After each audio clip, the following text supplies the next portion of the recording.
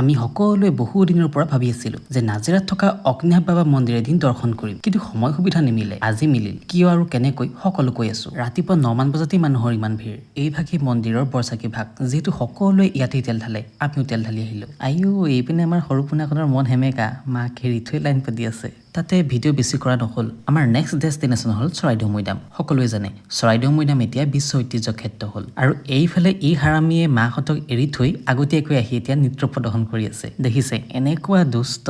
বাকী মই পোৱালিক লৈ এতিয়া আগুৱাই গৈ আছো, আৰু এনেকুৱা সৰু বৰ কেইবাটাও মৈদাম দেখিবলৈ পালো, আৰু তাৰ চাৰিওফালেও এবাৰ ঘূৰিলো। ইয়াতে কনষ্ট্ৰাকশ্যনৰ কাম চলি আছে, চ' বন্ধ ৰাখিছে। ইমানবোৰ দেখিলো যদিও কিন্তু এনেকুৱাতো দেখা নাপালো, চ' তাৰ আশা বাদ দিলো আৰু তাৰ পৰা ওলালো। ইয়াৰ পাছত নেক্সট টাৰ্গেট হ'ল ৰংঘৰ। সকলোৱে ক'লে ৰংঘৰ যাওঁ। ৰংঘৰনো কিমান আহিম, কিমান চাব। সকলোৱে আহিছে আৰু দেখিছেও, কিন্তু আজি অহাৰ কাৰণটো অলপ বেলেগ। কাতিমহীয়া ৰ'দটো কিন্তু বৰ চোকাকে ওলাইছে দেই। সেয়ে আমাৰ সৰু পোৱালি, সিও কিন্তু কম নহয়। মাহঁতক হাতত ধৰি সমানে আহিছে।